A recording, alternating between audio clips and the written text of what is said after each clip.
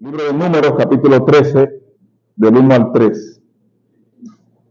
La ley de la adversidad. La adversidad no es ocasional.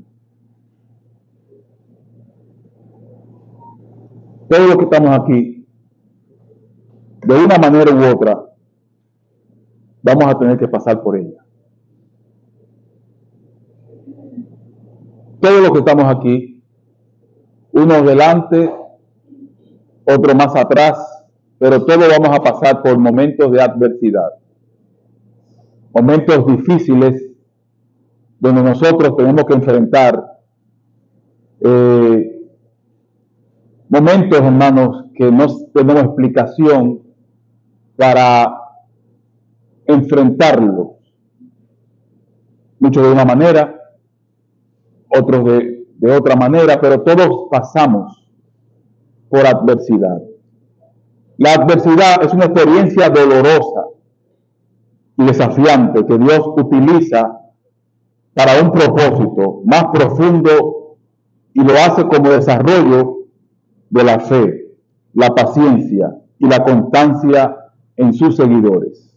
Te repito, la adversidad es una experiencia dolorosa y desafiante que Dios utiliza para un propósito más profundo como desarrollo o para el desarrollo de la fe, la paciencia y la constancia de los que le sirven.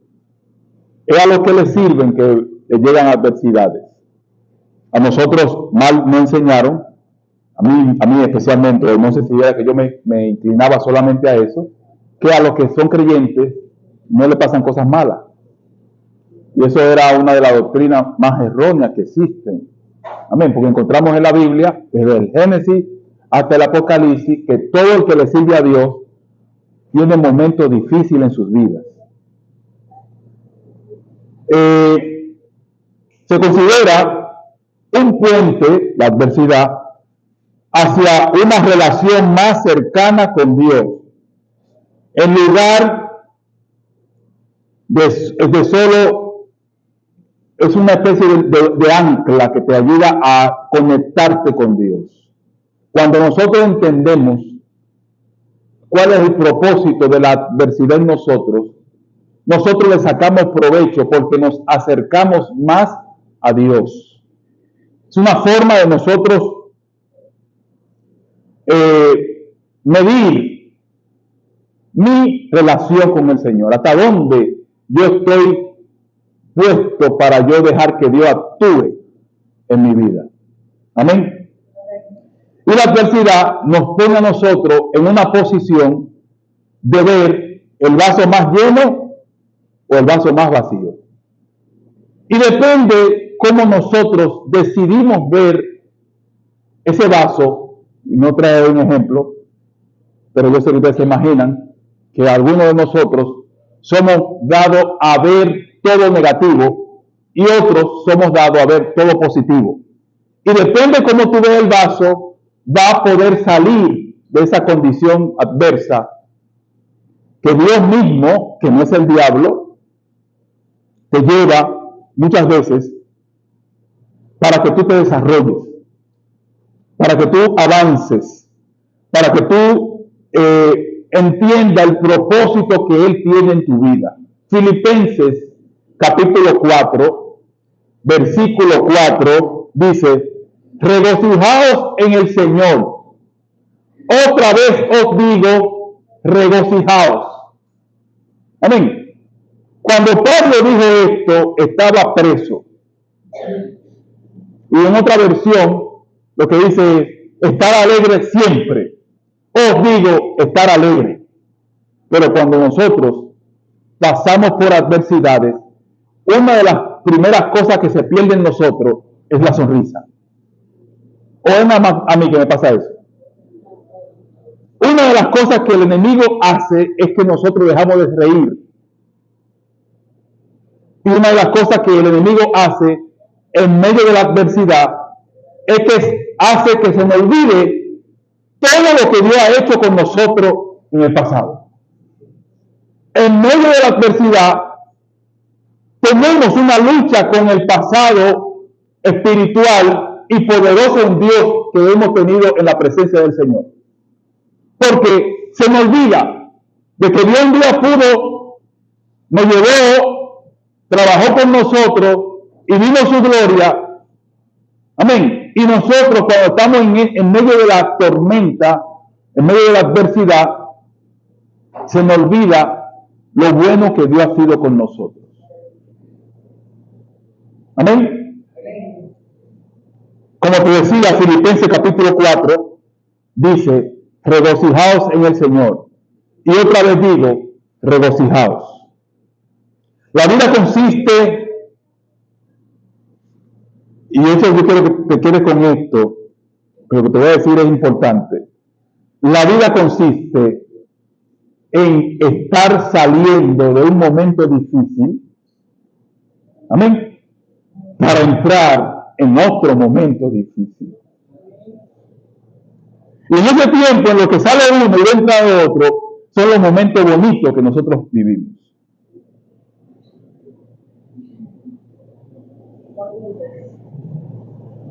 Hay momentos difíciles. Y si aprendemos a vivir de esa manera, nosotros vamos a poder conquistar la felicidad aquí en la tierra.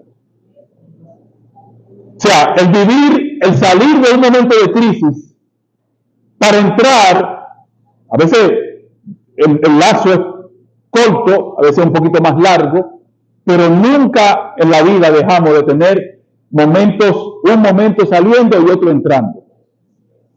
Yo tengo un problema de salud, un problema económico, un problema con un hijo, un problema con la casa, con el vecino, amén, un problema con el marido, con la mujer, a veces le cae un rayo a la mujer y se convierte en un problema y todo le pelea y no sabemos por qué razón, pero a veces viene el hombre y le llega una tormenta, ¿verdad? Y se arma una situación complicada. Y si nosotros aprendemos, amén, como dice la Biblia, a regocijarnos en el Señor, vamos a poder tener el valor, amén, y la gallardía para poder enfrentar los momentos difíciles. Aquí en Número, capítulo 13, versículo 1, encontramos un mandato que Dios le hace a Moisés. Y le dice que elija 12 espías, 12 de los líderes de él, para que vayan a recorrer, a investigar, para que vayan a ver la tierra que Dios le había prometido a ellos hace mucho tiempo. Y la Biblia en todo el capítulo 13, usted lo puede leer en su casa, encontramos cada uno de esos príncipes, que la Biblia le llama como príncipes, son elegidos de forma personalizada. Yo imagino que se eligió lo mejor de lo mejor. No sé si ustedes han visto la película Los Hombres de Negro, la primera parte, que cuando están entrevistando a los mejores de lo mejor, y Will Smith está en un cubículo y le preguntan a él que para qué están aquí. Le digo que se pone de pie rápido. Señor, porque estamos hablando del mundo mejor. Y entonces él se ríe y le dice, ¿qué ignorantes son ustedes? Ustedes no saben por qué están aquí.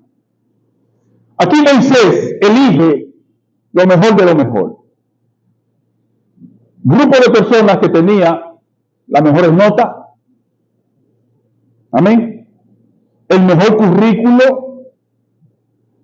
Aquí tenían, hermano, el grupo de hombres más preparados. Los que tenían el índice más alto, hermano. Lo mejor de lo mejor.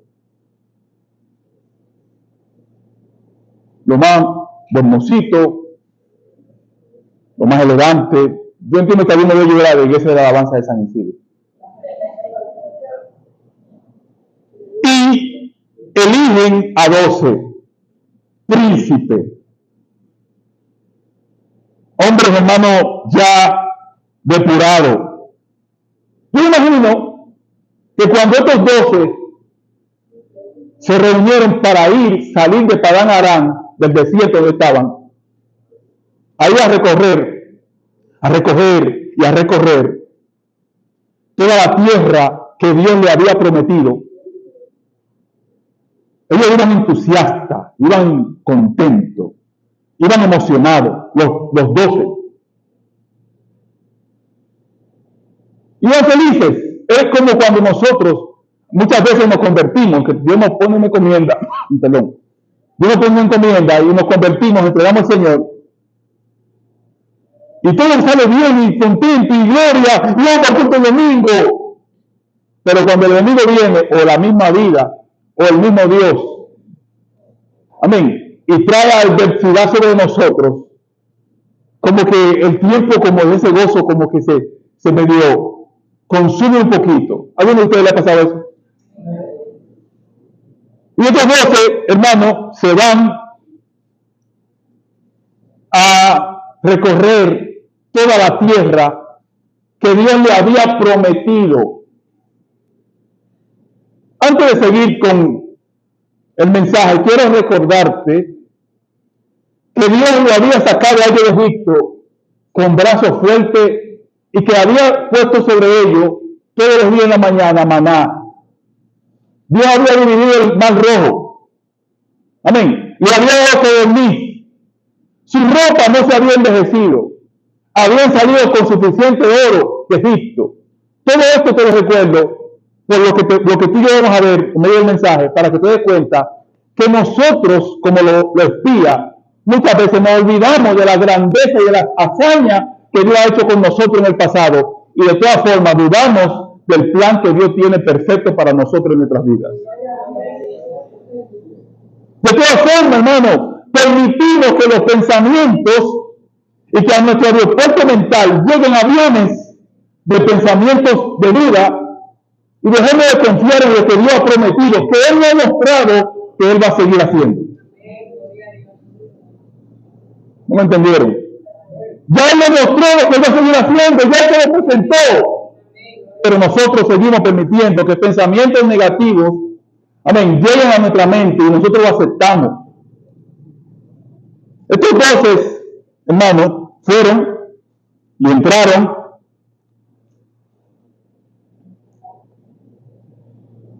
y tomaron del fruto de lo que Dios le había dicho a ellos, que la tierra era una tierra fértil, que fluía leche y miel. El Señor le había prometido. Y entonces cuando ellos vienen, que vienen con una vara, porque cortaron un racimo de uva, era tan grande que no podían tenerlo en las manos, y entre dos trajeron higo, trajeron un sinnúmero de frutos, pero, hermano, lo más grande que trajeron fue las uvas, que representa la vida. Yo me imagino que cuando ellos vienen, el pueblo entero se reúne, dice la Biblia, y yo me imagino, hermanos, que cuando ellos vienen caminando, ellos se ponen de acuerdo, ¿quién va a hablar? ¿Quién va a expresar lo que ellos vieron? Y yo creo, aunque la Biblia no lo registra, yo creo que se pusieron de acuerdo. Y posiblemente el más elocuente era el que tenía que expresar lo que habían visto, lo que ellos habían investigado, cómo estaba la tierra compuesta, quiénes habitaban en la parte este, quiénes habitaban en la parte central, quiénes habitaban en la parte norte. Y es interesante que la Biblia, como yo te lo menciono, dice que el pueblo entero estaba esperando a ellos para escuchar de parte de ellos lo que ellos habían visto en la tierra que Dios le había prometido. Yo te quiero decir en esta mañana, iglesia, que lo que Dios te prometió, sí o sí te lo va a dar. Pero la Biblia dice que es necesario que a través de muchas tribulaciones entremos en el reino de los cielos. Lo que Dios te prometió, te lo vas a dar y tú lo vas a ver. Pero va a ser, hermano, en medio de situaciones complicadas que van a querer que tú te rindas. Y estos 12 hermanos que venían, dice el 13:27, les contactaron diciendo: nosotros llegamos a la tierra a la cual nos enviaste, la que ciertamente fluye leche y miel, y este es el fruto de ella. O sea, ellos están diciendo al pueblo que está reunido, millones de personas, junto con Moisés y Aarón, y todo el cuerpo administrativo del pueblo, estaba reunido ahí, hermanos. Y ellos vienen a ofrecer todos los detalles de esta encomienda. Y lo primero que empiezan diciendo, como yo te dije, que el vocero de ellos, la Biblia no menciona quién era, en ninguna parte de la Biblia dice cómo se llamaba el que estaba hablando, pero empieza diciendo que realmente es buena la tierra, que la tierra es como Dios le había prometido, que fluía leche y miel. Y hasta ahí está todo bien. Y entonces empieza con la parte negativa. Él arroja una pequeña porción de la grandeza de Dios. Y hace una afirmación diciendo que verdaderamente, como Dios le había dicho, la tierra era buena y que fluía leche y miel. Y trayéndolo a nosotros, como yo te decía, verdaderamente tú vas a poder ver todo lo que Dios te prometió.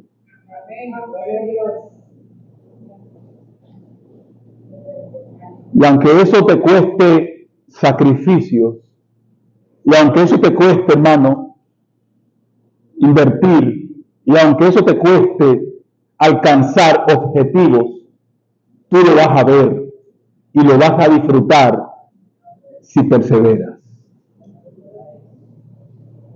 Y el vocero sigue hablando, hermano. Y el versículo 28 dice: mas el pueblo que habita aquella tierra es fuerte, y la ciudad es muy grande y fortificada, y también vimos allí a los hijos de Aná. Entonces aquí hay un vaso lleno y un vaso vacío. Va a depender cómo tú lo quieres ver. Son 12 espías que están conscientes de lo que ellos vieron. Con esa expresión y lo otro versículo que él siguió mencionando, porque él nada más usó la parte muy pequeña de confirmar lo que Dios le había prometido, pero siguió resaltando lo negativo. Y entonces el pueblo que estaba atento a ese discurso fue el pueblo, no fueron los 12. Fue el pueblo que empezó a decir: pero ¿qué? No podemos conquistarla. Nosotros no vamos a entrar. Somos como la langosta delante de ellos. Y entonces, en medio del discurso, como suele suceder, salió un hombre que tenía el vaso veía el vaso lleno, que fue Caleb. Amén. Dice la Biblia, entonces Caleb en el 30, entonces le hizo callar al pueblo delante de Moisés. Dijo: subamos luego y tomamos posesión de ella, porque más podemos nosotros que ellos.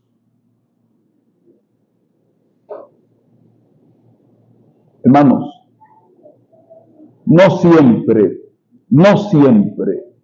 la presión de grupo tú te puedes dejar arrastrar por ella. ¿Cuántas mujeres? ¿Cuántos hombres? Vea, yo voy a compartir sin consultar a mis padres esta historia y le pido perdón desde ahora a mis padres que no sabían lo que le iba a decir. Pero un día yo estaba en mi casa y una amiga de mi madre, que no tengo que mencionar el nombre, mi papá había entrado en un proceso de crisis y una amiga de mi madre le dijo, y yo lo escuché, deja ese hombre, mira cómo tú vives, déjalo. Entonces, no estoy diciendo con eso que mi madre lo pensó, porque es una mujer, y la presión del grupo hace, pero claro, ella tomó la mejor decisión, se quedó con su esposo ahí, y hoy está junto a él.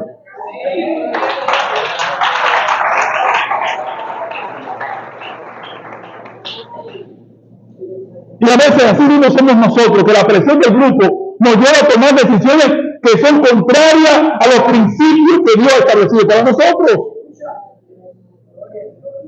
Y si tú estás viviendo hoy esa presión del grupo, de que haga esto, de que te vistas así, de que sea de esta manera, hoy es el día para tú reprender. Porque Dios está por encima de la presión del grupo. Y la presión del grupo del pueblo presionó a los 12, no a los 10, a los 12. El problema es que entre esos 12 habían 2 que veían el vaso lleno, no lo veían vacío. Y depende de ti cómo tú quieres ver la respuesta de Dios para tu vida. Si lo ves como que es un plan para destruirte, o lo ves como que es un plan para que tú crezcas y tu fe se afiance en él. Tú decides, hermano.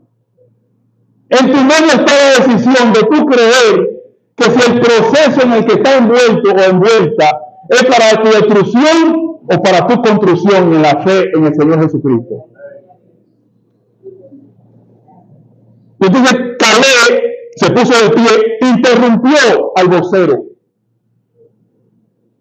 y le dijo, no es así. Vamos mejor mismo, vamos a conquistar la tierra, porque como tú decías, es una tierra que fluye leche y miel. Pero en ningún momento él está obviando que es verdad, hay desafíos.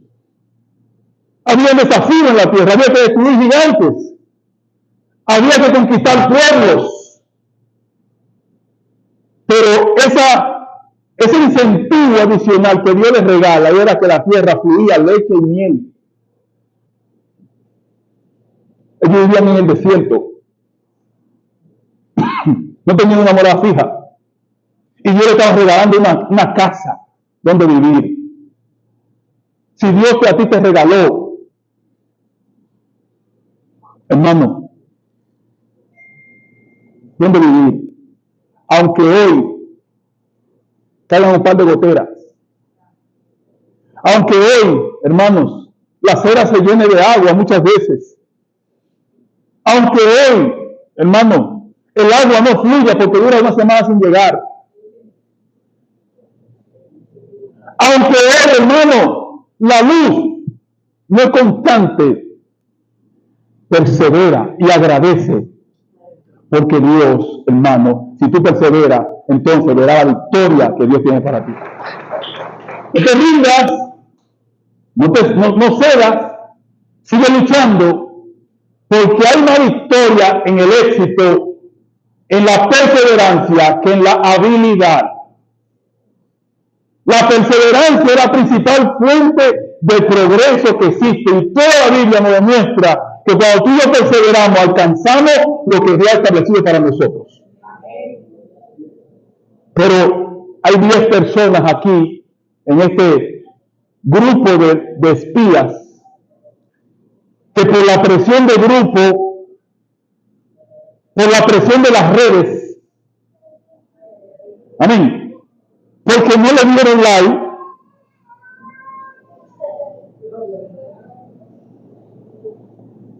porque le escribí un mensaje y no me respondió, no lo llamo más. Yo vi las 2 cositas azules o verdes. Yo le escribí y no me respondió. No le escribo más. Y el grupo, hermano, la presión lleva a estos espías a una condición, hermano, alarmante. De tal manera que eso hizo que las vidas de todo un pueblo de millones de personas retrocediera 40 años. Porque ellos no quisieron ver el vaso lleno, sino que se enfocaron nada más en lo malo. Y yo no quiero que hoy nosotros entendamos acerca del positivismo. Pero mientras tú seas negativo, mientras tú te lamentas, mientras tú todo lo maldices, mientras tú dices que todo es malo para ti, nunca vas a poder ver la mano de Dios obrando en tu vida. Tienes que salir de ese ambiente negativo. Pablo y Silas estaban presos en la parte más profunda del cepo, allá adentro, agarrados con el cepo. ¿Y tú sabes qué hicieron? Empezaron a cantar y a adorar. ¿Cuándo sucedió el milagro? ¿Cuando estaban presos solamente o cuando empezaron a cantar? Y si encontramos nosotros todos los milagros, amén, todas las intervenciones divinas en una persona, ¿cuándo suceden? ¿Cuando están llorando en una esquina o cuando empiezan a moverse? Cuando empiezan a ejecutar, y aunque no vean nada, siguen moviéndose. ¿Qué Dios le dijo a Elías? Levántate, porque mucho camino te resta. Entonces, nosotros no podemos, hermano, alcanzar lo que Dios ha establecido para nosotros, quedándonos pasivos. ¿Es verdad? No es mentira que habían los hijos de Aná. Estaban ahí. Pero ellos prefirieron 40 años en el desierto que ir a pelear, que ya Dios le había entregado la victoria a unos gigantes que estaban atemorizados. Una de las cosas malas que tenemos nosotros los hispanos, los latinoamericanos, es que somos muy dados a rendirnos fácilmente. Tú puedes ver el pueblo japonés, es un pueblo digno de imitar. Yo vi un estudio que hicieron en una universidad de estudiantes sobresalientes, y ahí habían chinos, japoneses, coreanos y unos cuantos latinoamericanos. Todos tenían el mismo índice académico. Todos tenían, hermano, el mismo desarrollo matemático, en ciencias, en letras, en un sinnúmero de ciencias. Y los pusieron a competir. Y aquí no me dicen quién ganó. Los asiáticos. Pero el estudio arrojó que ellos no ganaron porque eran más inteligentes. No. Cuando ellos tenían que desarrollar un proceso, ellos duraron un poquito más de tiempo y se quedaron ahí y desarrollaron su proceso, sus ecuaciones.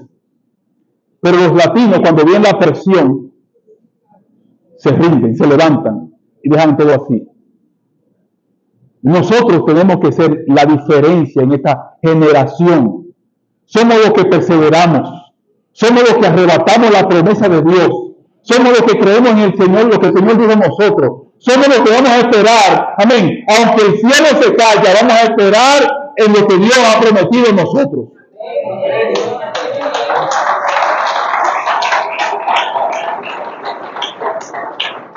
Si Dios te prometió una casa, confía.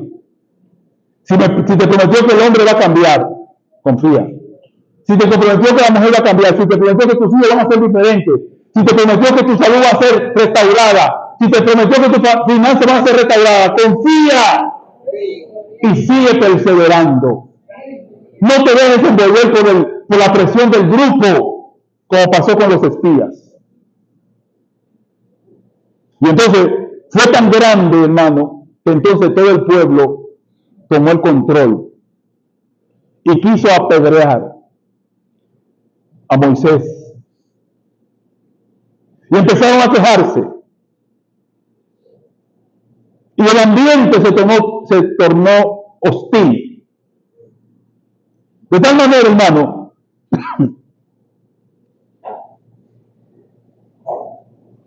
que dice la Biblia, entonces, en 14, entonces toda la congregación gritó y dio voz, y el pueblo lloró aquella noche. Y se quejaron contra Moisés, contra Aarón, todos los hijos de Israel.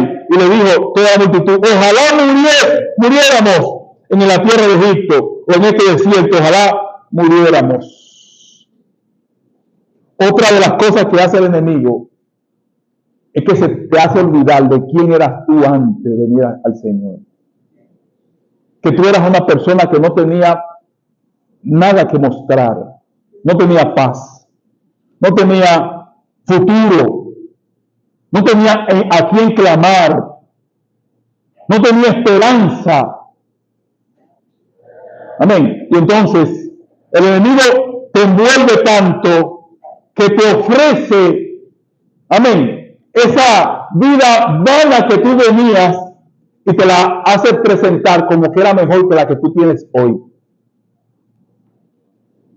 Por eso el pueblo dijo, vamos a buscar un líder nuevo y vamos a Egipto. En Egipto ellos eran esclavos. No tenían maná. En Egipto no tenían decisión, no tenían libertad.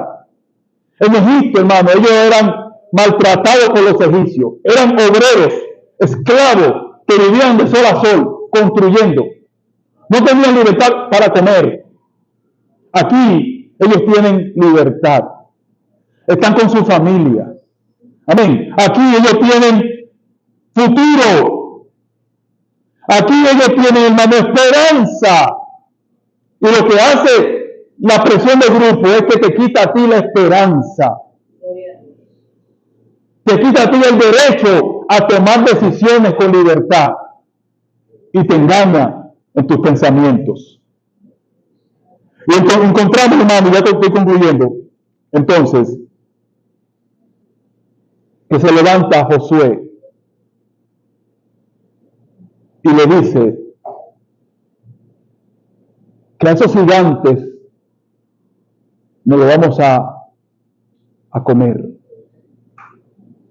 Que aunque sean gigantes, que aunque haya adversidad, nosotros, si perseveramos, Dios nos va a dar la victoria a nosotros.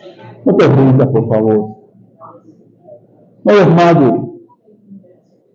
Aunque tú veas que la situación se pone difícil y tienes que tirar tu par de lágrimas y buscar una gente a quien decirle, mira, no puedo más. Pero en medio de no poder, sigue caminando. No te rindas, no te entregues. Porque ese grupo, hermanos, que no quiso obedecer, que no quiso creerle a lo que Dios le había prometido, no pudo disfrutar de lo que Dios le había prometido. Y si tú quieres disfrutar, no solamente verlo, todo el pueblo de lejos pudo ver la tierra y ver el Jordán fluyendo y veía, hermano, esa tierra fértil, pero no pudo entrar a esa tierra. Lo vio de lejos y dolió más eso.